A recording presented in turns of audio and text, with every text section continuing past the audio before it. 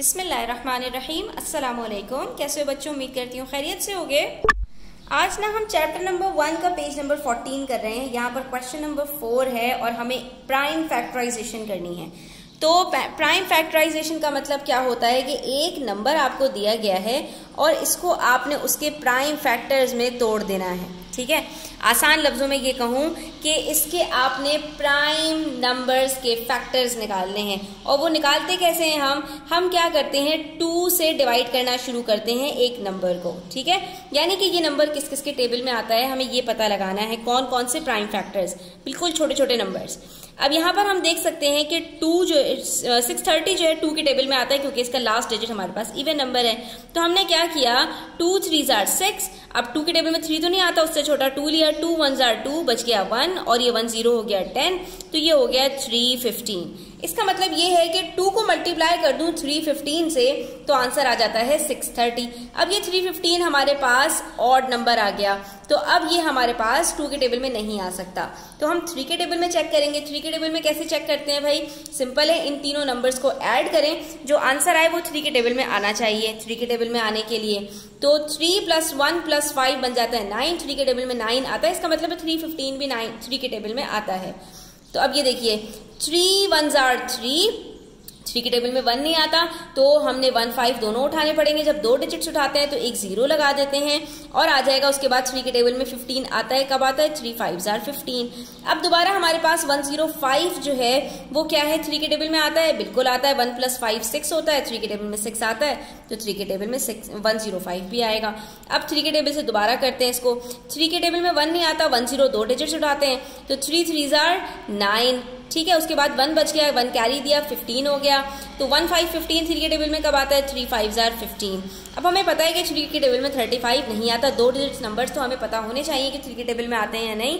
तो हमने कहा कि भाई अब ये किसके टेबल में आता है? नजर आ रहा है 5 के टेबल में आता है। 5 7s are 35 और आखिर में 7 बच गया, 7 1s are 7। तो हमने सिंपल क्या किया, हमने सारे प्राइम फैक्टर्स एक तरफ लिख दिए जो 630 के टेबल में आते हैं। कौन कौन से? 2 3 3 5 और 7। इन पांचों को मल्टीप्लाई करोगे तो आंसर 630 आ जाएगा। तो इसी चीज को इन्होंने दूसरे तरीके से हमें करके दिखा दिया। वो मेथड क्या है, 630 को पहले इन्होंने स्प्लिट कर दिया 2 और 315 में, जैसा कि हमने ये किया था। यानी हम जो चीज क्रॉस में कर रहे हैं वही चीज ये भी यहाँ पर कर रहे हैं। ठीक है, तो सबसे पहले 2 और 315 में स्प्लिट किया, उसके बाद 3 और 105 में स्प्लिट किया। तो एक तरफ इनके पास जो प्राइम नंबर है वो आते जा रहे हैं और दूसरी तरफ कंपोजिट नंबर है जो मजीद डिवाइड होता जा रहा है। 105 को फिर स्प्लिट कर दिया 3 × 35 का, तो यहाँ पर क्या आ जाएगा? 3। ठीक है, उसके बाद 35 मजीद स्प्लिट हो जाएगा 5 × 7 में, तो ये हमारे पास लास्ट हो जाएंगे क्योंकि 5 7s are 35 होता है और दोनों हमारे पास यहाँ पर जो है वो प्राइम नंबर्स ही हैं। तो इसका मतलब क्या हुआ, हमारे पास 630 के प्राइम फैक्टर्स क्या क्या आ जाएंगे बच्चों? 2 × 3 × 3 × 5 × 7। तो यही होता है प्राइम फैक्टराइजेशन। इसी तरह से हम यहाँ पर 3 6 7 5 का भी कर लेंगे।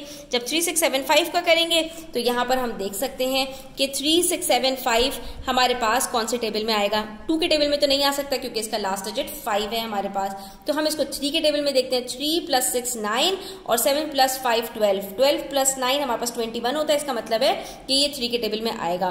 तो 3 1s are 3, 3 2s are 6, 3 2s are 6, 1 carry दिया 15, 3 5s are 15। तो 3 × 1 2 2 5 हमारे पास हो गया 3 6 7 5। ठीक है, अब हमारे पास जो नंबर है ये 3 के टेबल में आता है, तो 1 + 2 3 + 2 5 और 5 + 5 हमारे पास होता है 10। तो ये 3 के टेबल में नहीं आ सकता। 5 के टेबल से कर लेते हैं। 5 2s are 10, 2 कैरी दिया 22, 5 4s are 20, फिर 2 कैरी दिया 25, 5 5s are 25। इसका मतलब है 5 × 2 45 हमारे पास हो गया 1225। नेक्स्ट हमारे पास अब दोबारा ये 5 के टेबल से हो जाएगा, तो हम करके देखते हैं। 5 4s are 20, उसके बाद 45 बच गया, 5 9s are 45। इसका मतलब है 5 × 49 हमारे पास होता है 245। अब 49 तो सिर्फ 7 के टेबल में आता है, 7 7s are 49 होता है। तो हमने कहा कि भाई ये हमारे पास जो प्राइम फैक्टर्स बने हैं इसके वो कौन कौन से हैं? 3 5 5 7 7। ठीक है, 3 5 इन्होंने खुद से लिख दिया, बाकी हम लिख देंगे 5 7 7 और ये हमारे पास सारे प्राइम फैक्टर्स निकल कर आ गए। प्राइम फैक्टर्स का कॉन्सेप्ट आपको क्लियर हो गया होगा कि वो सारे नंबर्स जो प्राइम हो और वो क्या हो, एक किसी भी जो है वो नंबर के टेबल में आते हो तो वो सारे हमें यहाँ पर लिख देने होते हैं। तो अब इसके अंदर आप देख सकते हैं कोई भी कंपोजिट नंबर नहीं है, सारे के सारे हमारे पास प्राइम नंबर्स हैं और इन्हीं सबको जमा कर देने को हम कहते हैं प्राइम फैक्टराइजेशन। यहाँ पर हमारा पेज नंबर 14 कंप्लीट होता है। आई होप स्टूडेंट्स आपको क्लियर हो गया होगा। स्टिल कोई क्वेश्चंस हो, क्वेरीज हो, कमेंट सेक्शन में आप पूछ सकते हैं। Thanks for watching the video till the end. Take care, अल्लाह हाफिज।